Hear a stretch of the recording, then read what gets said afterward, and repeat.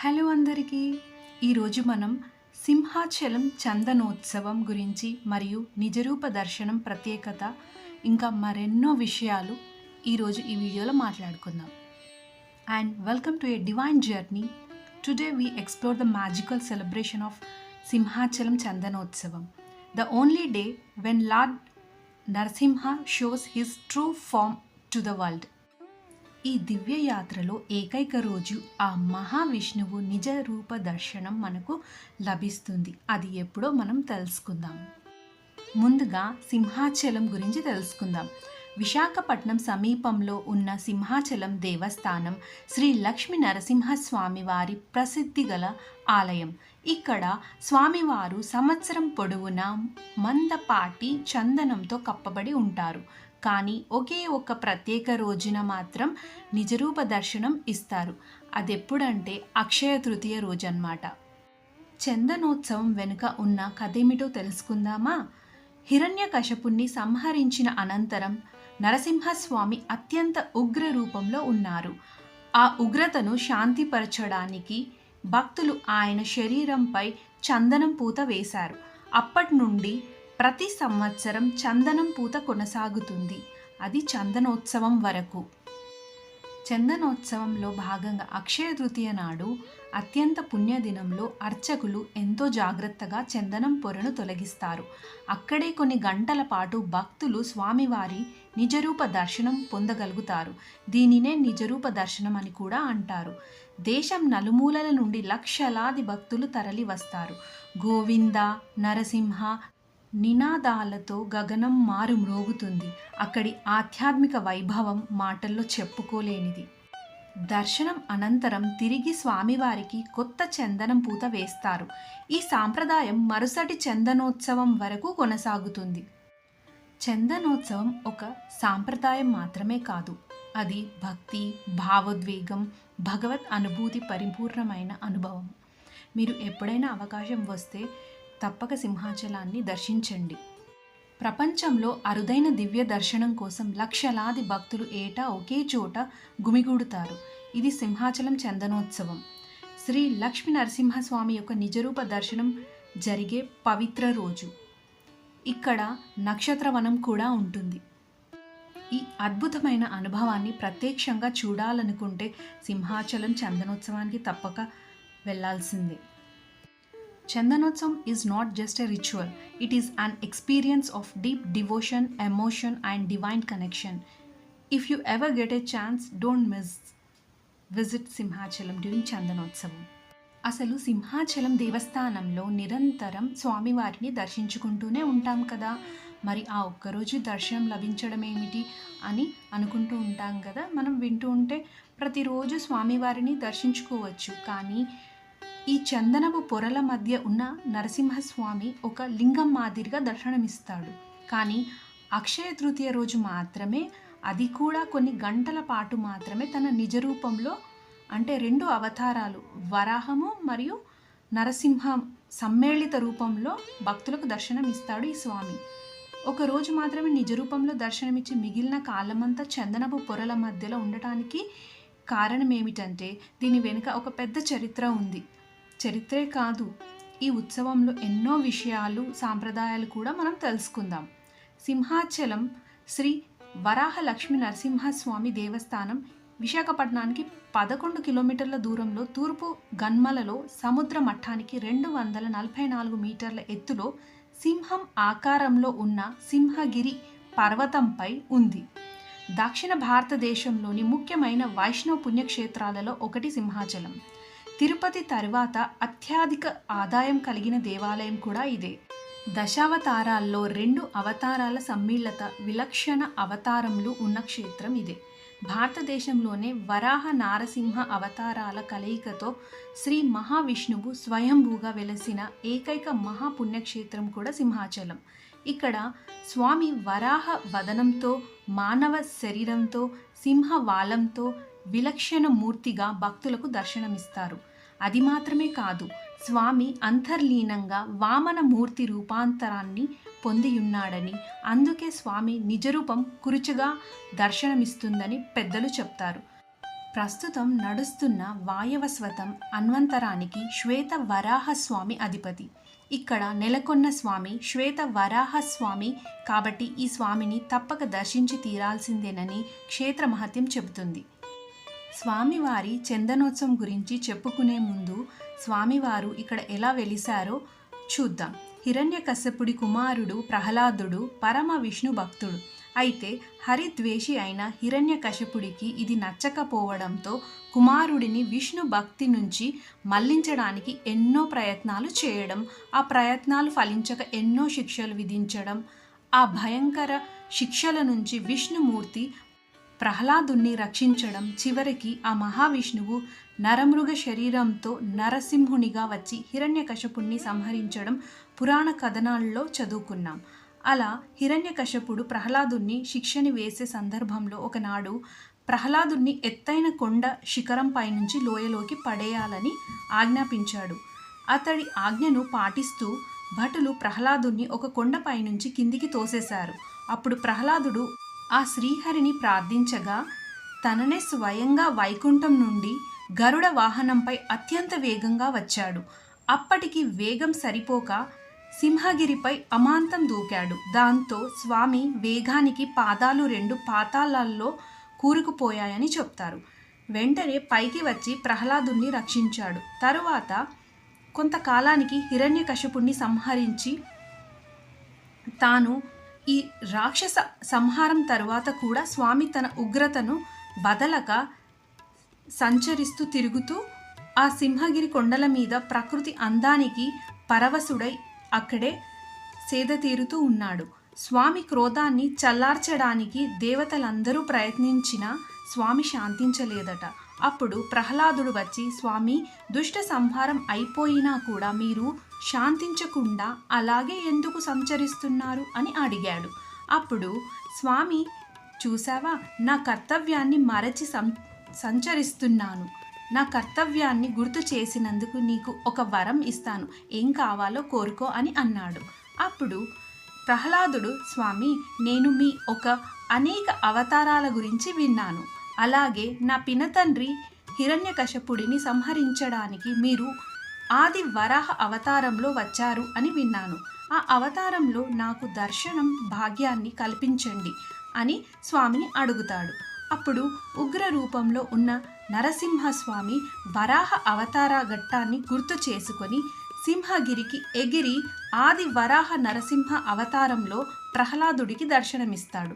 అప్పుడు ముక్కోటి దేవతలు, అయ్యో ప్రహ్లాద, స్వామిని శాంతింప చేయమంటే వరాహ నరసింహ అవతారంలో తెప్పించావేంటయ్యా అని అడిగారు. ఈయన కూడా మహా ఉగ్రంగా ఉన్నాడు, ఇప్పుడు ఈయనను శాంతింప చేయడం ఎలా అని అడిగారు. అప్పుడు బ్రహ్మకుమారుడైన భృగువర్షి సలహాపై వరాహ నరసింహ అవతారంలో ఉన్న స్వామిని చందనాభిషిక్తుని చేసి శాంతింపజేస్తారు. ఆ రోజు వైశాఖ శుద్ధ తద్య అక్షయ తృతీయ. అలా అక్షయ తృతీయ నాడు స్వామిని చందనాభిషిక్తుని చేసి శాంతింప చేయడం వలన అదే సాంప్రదాయం చందనోత్సవంగా ఇప్పటికీ కొనసాగుతుంది. శ్రీ మహావిష్ణువు వరాహ అవతారంలో హిరణ్యకశపుణ్ణి సంహరించిన తర్వాత ఆ అవతారాన్ని చాలించే సమయంలో వెంటనే తన భక్తుడిని రక్షించే ఆత్రంలో పూర్తిగా ముందు రూపాన్ని వదలకుండానే దాంతోపాటు నరసింహ రూపాన్ని కూడా ధరించి వరాహ నరసింహునిగా అవతరించాడని కూడా ఒక కథనం ప్రచారంలో ఉంది. అలా ఆ కొండ మీద పర్ణశాల నిర్మించి స్వామిని ప్రతిష్ఠించి పూజలు నిర్వహించేవాడు ప్రహ్లాదుడు. కొంతకాలానికి ప్రహ్లాదుని అనంతరం అతడు నిర్మించిన ఆలయం శిథిలమై విగ్రహ రూపంలో స్వామివారు ఆ కొండ మీదే ఒక పుట్టలో చేరారు. ఇవి కృతయుగం నాటి ఘటనలు. తర్వాత త్రేతాయుగంలో భారత భూమిని పరిపాలిస్తున్న చంద్రవంశీయుడైన పురువర చక్రవర్తి తన ప్రేయసి ఊర్వశితో కలిసి ఆకాశంలో విహారం చేస్తూ సింహగిరి పరిసరాలకు రాగానే వారి పుష్పక విమానం నిలిచిపోయింది. విషయం తెలియక పురువరుడు దిగులు చెందాడు. ఏం జరిగింది అన్న ఆలోచనలో పడిపోయాడు. ఊర్వశి తన దివ్య దృష్టితో తామున్నది పరమ పవిత్రమైన సింహగిరి ప్రాంతమని గ్రహించి ఇక్కడ వరాహ నృసింహుడు కొలువైయున్నాడని పురువరునికి సూచిస్తుంది. పురువరుడు స్వామి వెతుకులాటలో 3 రోజులు గడుపుతాడు. ఎంతకీ స్వామి కానరాకపోవడంతో రాయోపవేశానికి సిద్ధమవుతాడు. రాత్రి స్వప్నంలో స్వామి సాక్షాత్కరించి తాను పక్కనే ఉన్న పుట్టలో ఉన్నానని కొండ మీద గంగాధరి ఆనవాళ్లుగా చూపుతాడు. అలా స్వామిని గుర్తించిన పరువరుడు స్వామి ఆదేశానుసారంగా 1000 కడవల నీటితోనూ పంచామృతాలతోనూ అభిషేకం చేసి స్వామి దర్శనాన్ని పొందుతాడు. తన తపస్సు కారణంగాను తన క్రోధం కారణంగాను ఏర్పడిన వేడిని చల్లార్చడం కోసం తనను ఎప్పుడూ చందనపు పూతలోనే ఉంచాలని, తనను ఏ పుట్టలోంచి తీశారో ఆ పుట్ట మన్నుకు సరిపడా చందనంతో తనను చందనం పూత పూయాలని పురువరునికి స్వామివారు చెప్పగా, ఆ విధంగానే పురువరుడు స్వామికి చందనపు పూతలను సమర్పించాడు అని ఒక పురాణ కథనం. చందనోత్సవ ప్రక్రియ ఎలా జరుగుతుందంటే, వైశాఖ శుద్ధ తదినాడు అంటే అక్షయ తృతీయ పర్వదినాన్ని సమీపిస్తుండగా అర్చక స్వాములు పండితులు వేద మంత్రాలతో నాదస్వర మేళ తాళాలు మిన్నంటుతుండగా స్వామిని సుప్రభాత సేవతో మేల్కొల్పుతారు. నిత్య అర్చనలు పూర్తయిన తర్వాత బంగారు వెండి బోరిగలతో స్వామిపై ఉన్న చందనాన్ని తీస్తారు. అలా చందనం అంతా తీసిన తర్వాత నిజరూపంలోకి వచ్చిన స్వామి శిరస్సున ఛాతీపైన చలువ చందనాన్ని ముద్దలుగా పెడతారు. సాంప్రదాయం ప్రకారం అర్చకులు ఆలయ అధికారులు ధర్మకర్తలైన పూసపాటి వంశీయులకు తొలి దర్శనం భాగ్యం కల్పిస్తారు. ఆ తర్వాత ప్రముఖులతో పాటు సాధారణ భక్తులకు కూడా ఏకకాలంలో దర్శనం కల్పిస్తారు. రాత్రి 9 గంటల వరకు స్వామివారి నిజరూప దర్శనం భక్తులకు లభిస్తుంది. 32 సంఖ్యకు నరసింహస్వామికి అవినాభావ సంబంధం ఉంది. నరసింహ అవతారాలు 32, నరసింహస్వామి మూల మంత్రంలోని అక్షరాలు 32. ఈ ప్రమాణికల్లోనే తొలి విడతగా చందనం సమర్పణకు 32 కేజీల చెక్కలను అరగదీసి సుమారు 125 కేజీల గంధాన్ని అరగదీస్తారు. పురూరవ చక్రవర్తి కాలంలో స్వామి అనాత్మది ఏర్పడిన చందనపు పూత నేటికి చందనోత్సవంగా రూపుదిద్దుకుంది. క్షేత్ర మహత్యంలో పురూవరుడు స్వామిని పుట్ట నుంచి తీసి ప్రతిష్ఠించినట్లు కనబడుతున్నా, స్థానికంగా మరో జానపద కూడా ప్రచారంలో ఉంది. స్వామివారు చాలా కాలం పాటు ఎటువంటి చందనపు పూతలు లేకుండా అనేక మందికి దర్శనమిచ్చాడని, పురూరవుడు కంటే ముందు తుగ్గన్న అనే పోయవాడు పూడి వ్యవసాయం చేస్తూ కొర్రలు పండించేవాడట. అప్పన్న వరాహ అవతారంలో సంచరిస్తూ కొర్రలు తిని ఆ రుచికి అలవాటు పడ్డాడు. ఏదో జంతువు పంట పాడు చేస్తుందని తలచి మాటు వేసిన తుగ్గడికి వరాహం కనిపించింది. ఆ వరాహం రొమ్ముపై బళ్ళెంతో పొడిచాడు తుగ్గన్న. ఆ దెబ్బకి రక్తం కారుతూ వరాహం పుట్టలోకి జారి పడిపోయింది. ఎక్కడైనా పాములు పుట్టలోకి వెళ్తాయని చూశాం కానీ వరాహం పుట్టలోకి వెళ్ళడమేంటని ఆశ్చర్యపడిపోయాడు. తరువాత పుట్టలో చూడగా రక్తం కారుతున్న వరాహ నరసింహుడు కనిపించాడు. అప్పుడు తుగ్గన్న బోయవాడు సింహగిరిపై లభించే వనమూలికలను చందనపు ముద్దతో రంగరించి స్వామికి పట్టు వేశాడట. స్వామి ఆనతి ప్రకారం కటకం వెళ్ళి రాజు పురూరవుడికి వరాహ నరసింహుడి వృత్తాంతం తెలిపినట్లు ఒక కథనం ప్రచారంలో ఉంది. భక్తుల దర్శనం తర్వాత గంగాధర నుండి శ్రీ వైష్ణవ స్వాములు 1000 కడవలతో జలం తీసుకురాగా ఆ జలంతో అర్చకులు స్వామిని అభిషేకిస్తారు. వీటితో పాటు పంచామృతాభిషేకం జరుగుతుంది. అభిషేకాదులు ముగిశాక స్వామికి తొలి విడతగా 3 మునుగుల సిరిగంధాన్ని సమర్పించడంతో చందనయాత్ర ముగుస్తుంది. మళ్ళీ 3 విడతలుగా చందన సమర్పణ జరుగుతుంది. స్వామికి సమర్పించే చందనాన్ని సేకరించడంలో కూడా ప్రత్యేక ప్రక్రియ ఉంటుంది. తమిళనాడు రాష్ట్రం నుంచి ఎంపిక చేసిన మంచి గంధపు చెక్కలు కొనుగోలు చేస్తారు.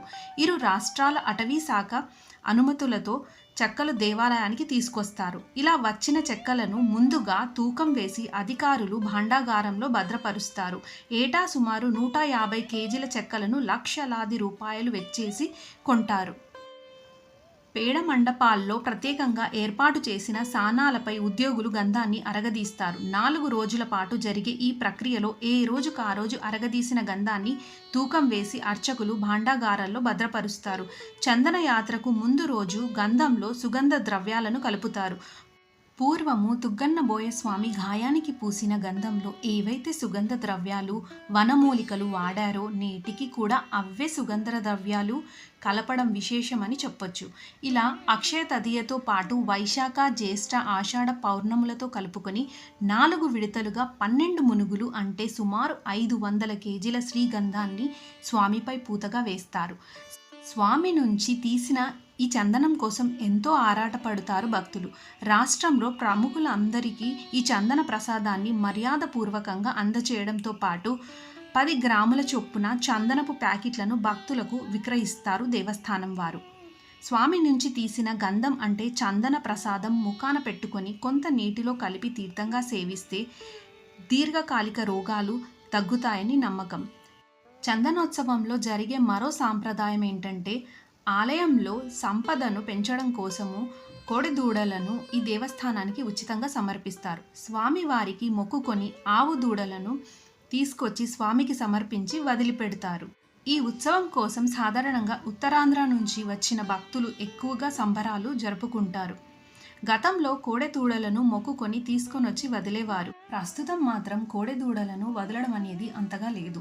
ఆ కోడెదూడలకు సరిపడా ఖర్చును చెల్లించడం మాత్రమే జరుగుతుంది. చందనోత్సవం సందర్భంగా ఆలయానికి వచ్చి కాగడ దీపాలు వెలిగించి రాత్రంతా ఉండి స్వామిని ఆరాధించి మర్నాడు స్వామిని దర్శించుకొని తమ స్వస్థలాలకు చేరుకుంటారు. సింహాచల దేవస్థానంలో సంతాల గోపాలస్వామి వారు యంత్రం వేసి దాని మీద కప్పస్తంభం పెట్టారు. ఆ స్తంభంను ఏ దంపతులైతే పూర్తి నమ్మకం విశ్వాసంతో కౌగిలించుకుంటారో వారికి సంపూర్ణ ఆరోగ్యంతో ఉన్న సంతానం కలుగుతుంది. ప్రపంచంలో ఒక్క సంవత్సరంలో 12 గంటలు మాత్రమే నిజరూప దర్శనం ఇచ్చే నరసింహ క్షేత్రం ఇదొక్కటే. చందనోత్సవం నిర్వహణ కమిటీ 2025లో చందనోత్సవం సజావుగా నిర్వహించడానికి ప్రభుత్వ ఆదేశాల మేరకు ఎండోమెంట్ శాఖ సంయుక్త కమిషనర్ డి బ్రహ్మరాంబ గారిని ప్రధాన ఉత్సవ అధికారిగా నియమించారు. ఆమె దేవస్థానం కార్యనిర్వహణ అధికారి ఈఓ కొబ్బర సిబ్బారావుతో కలిసి అన్ని శాఖలతో సమన్వయం చేస్తూ ఏర్పాట్లను పర్యవేక్షించారు. భక్తుల సౌకర్యార్థము 275 మొబైల్ టాయిలెట్లను, మంచినీటి సదుపాయాలు మరియు వైద్య శిబిరాలు, భద్రతా ఏర్పాట్లు మరియు స్వచ్ఛంద సంస్థల సహకారంతో అన్నదాన కార్యక్రమాలు నిర్వహించబడతాయి. ఈ విధంగా సింహాచల దేవస్థానం ప్రధాన ఉత్సవాలైన గిరి ప్రదక్షిణ మరియు చందనోత్సవం చాలా బాగా జరుగుతుంది. సింహాచలం గిరి ప్రదక్షిణ దూరం సుమారు 32 కిలోమీటర్లు ఉంటుంది. భక్తులు ఈ 32 కిలోమీటర్ల మార్గాన్ని పాదయాత్రగా, సింహాచల గిరి ప్రదక్షిణగా దేవుని పట్ల భక్తిని చాటుతూ నడిచి పూర్తి చేస్తారు. ఇది ప్రతి సంవత్సరం ఆషాఢ పౌర్ణమి రోజున జూలైలో నిర్వహించబడుతుంది. గిరి ప్రదక్షిణ సమయంలో భక్తులు మొత్తం తిరుగుతూ చివర్లో మెట్ల మార్గం ద్వారా ఆలయంకి చేరుకుంటారు. మెట్ల మార్గం ప్రారంభం ఫుట్ హిల్ ఎంట్రీ దగ్గర నుంచి జరుగుతుంది. ఇది ఆలయ పాదాల తలుపుగా భావించబడుతుంది. ముఖ్యంగా గిరి ప్రదక్షిణ రోజు మరియు చందనోత్సవం సమయంలో వేలాది మంది భక్తులు ఈ మార్గాన్ని ఎంచుకుంటారు. మొత్తం మెట్ల సంఖ్య వచ్చేసి సింహాచలం ఆలయానికి దారి తీసే మెట్ల సంఖ్య సుమారు 1000 మెట్లు. కొన్ని నివేదికల ప్రకారం ఇది 1080 వరకు ఉండవచ్చు. ఇది మార్గాన్ని ఎంచుకున్న దిశ ఆధారంగా మారవచ్చు. మెట్ల దారిలో భక్తుల విశ్రాంతి కోసం అధిక సంఖ్యలో షెడ్లు, నీటి సౌకర్యాలు, తాత్కాలిక భక్త నివాసాలు ఏర్పాటు చేసి ఉంటారు. మార్గం పొడవుగా చిన్న చిన్న గోపురాలు, దేవత విగ్రహాలు, ఆంజనేయ స్వామి ఆలయం వంటివి ఉన్నాయి. ఈ మకుట పర్వతాన్ని అధిరోహిస్తూ భక్తి మార్గాన్ని ఎంచుకుంటూ మన మనస్సులో ఆ స్వామివారి రూపాన్ని ప్రతిష్ఠించుకుంటూ సాగితే ప్రతి మెట్టు ఓ పుణ్యఫలంగా మారుతుంది. ఇక్కడ తిరుపతిలాగా కళ్యాణకట్ట కూడా ఉంటుంది. సింహాచలం శ్రీ వరాహ లక్ష్మీ నరసింహస్వామి దేవాలయంలో భక్తుల కోసం వివిధ రకాల దర్శనాలు ఏర్పాటు చేయబడ్డాయి. ఇవి భక్తుల అవసరాలు, సమయం, శ్రద్ధ ఆధారంగా ఎంపిక చేసుకోవచ్చు. దర్శనాలకు వస్తే సాధారణ దర్శనం, ఇది సాధారణంగా ఉచితంగా లభిస్తుంది. భక్తులు క్యూ లైన్ల ద్వారా స్వామి దర్శనాన్ని పొందుతారు. ఇవి ఎక్కువ సమయం పట్టవచ్చు, అంటే పూజల సమయంలో. రెండవది ప్రత్యేక దర్శనం, స్పెషల్ దర్శనం అంటారు. వేగవంతమైన దర్శనం కోసం భక్తులు ₹100 లేదా ₹300 టికెట్ ద్వారా ప్రత్యేక దర్శనానికి వెళ్తారు. ఆలయం అధికారిక వెబ్సైట్లో లేదా కౌంటర్ల వద్ద టికెట్లు లభిస్తాయి. మూడవది అభిషేక దర్శనం. భక్తులు స్వామివారికి అభిషేకం జరుగుతున్న సమయంలో ప్రత్యక్షంగా దర్శించవచ్చు. ఇది ముందస్తు బుకింగ్ ద్వారా లభిస్తుంది. ఈ సేవ ఉదయం ప్రారంభమవుతుంది. నాలుగవది కళ్యాణోత్సవ దర్శనం. స్వామివారి కళ్యాణాన్ని ప్రత్యక్షంగా దర్శించేందుకు భక్తులు ఈ సేవను ఎంపిక చేస్తారు. ప్రత్యేకంగా పూజలతో కలిసి కళ్యాణోత్సవం జరుగుతుంది. టికెట్ ధరలు మరియు సమయాలు అధికారిక వెబ్సైట్లలో అందుబాటులో ఉన్నాయి. ఐదవది చందనోత్సవ దర్శనం. సంవత్సరంలో ఒక్కసారి మాత్రమే జరిగే ఈ దర్శనం ఆ రోజు మాత్రమే స్వామివారి చందనాన్ని తొలగించి నిజరూప దర్శనం కలుగుతుంది. లక్షలాది భక్తులు ఈ దర్శనాన్ని పొందేందుకు వస్తారు. ఈ రోజు ప్రత్యేక టికెట్లు విడుదల చేస్తారు.